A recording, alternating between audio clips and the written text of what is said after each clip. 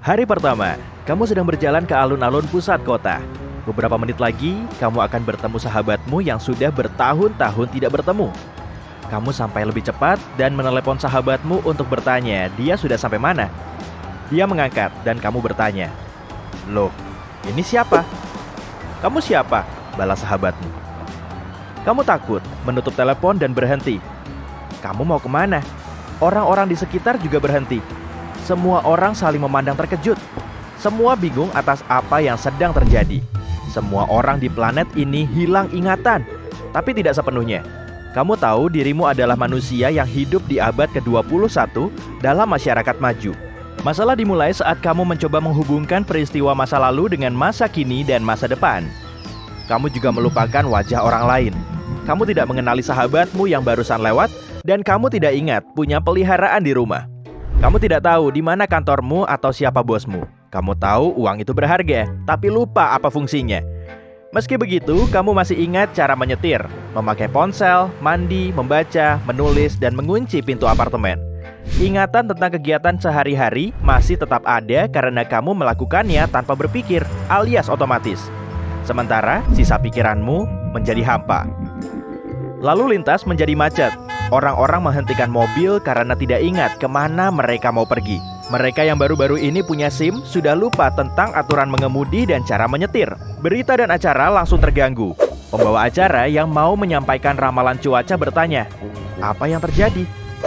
Semua blogger dan jurnalis yang tengah bekerja menanyakan hal yang sama. Kamu menyalakan TV dan cuma bisa melihat wajah-wajah bingung.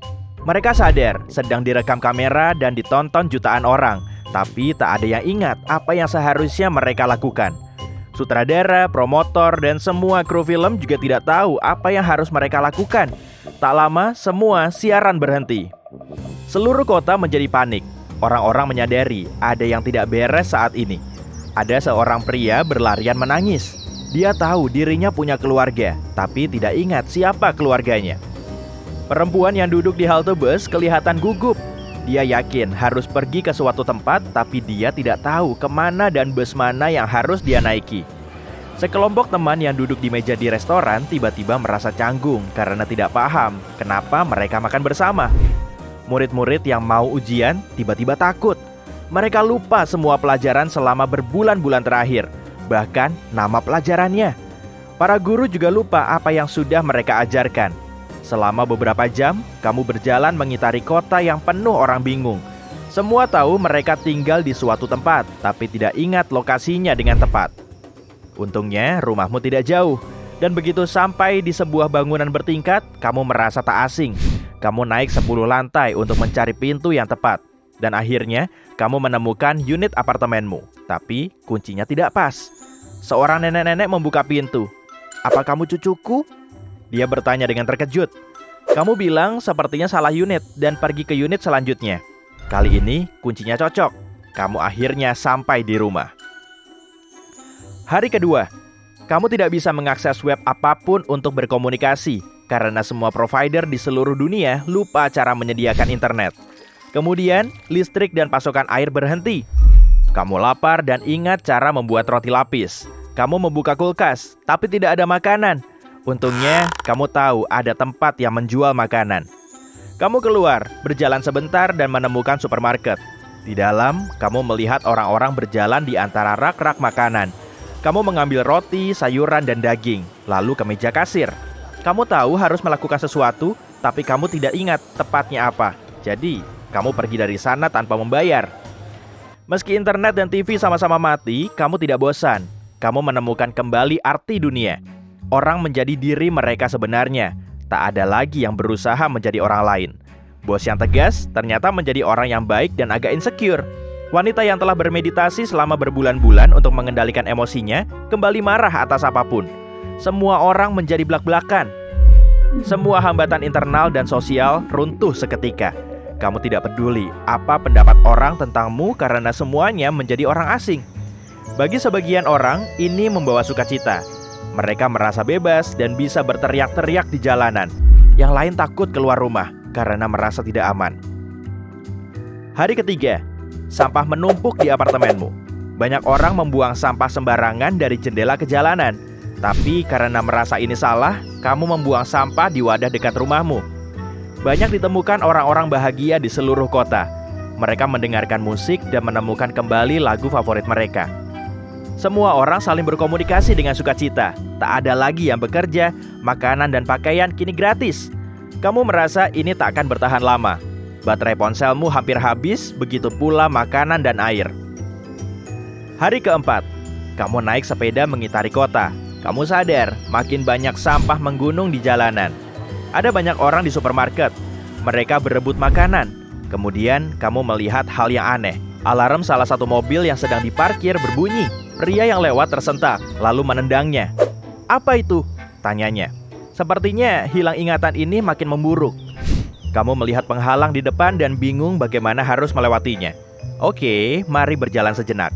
Setelah 1 jam, kamu tidak tahu harus kemana lagi. Di mana rumahmu? Kamu tidak panik karena cuacanya sedang cerah. Malam harinya, kamu melihat bangku di taman yang sunyi dan tidur di sana. Hari kelima, sinar matahari cerah membangunkanmu. Kamu tidak ingat kenapa bisa ada di bangku ini dan tidak tahu kamu sedang di mana. Kamu haus, jadi kamu mencari air. Ada kolam kecil di taman. Banyak orang minum dari sana dan kamu mengikutinya. Kamu lupa air danau ini tidak bisa diminum. Karena masih haus, kamu mau mengambil sebotol soda dari toko. Tapi, apa itu toko? Apa itu botol? Hampir semua ingatanmu terhapus, hanya instingmu yang tersisa.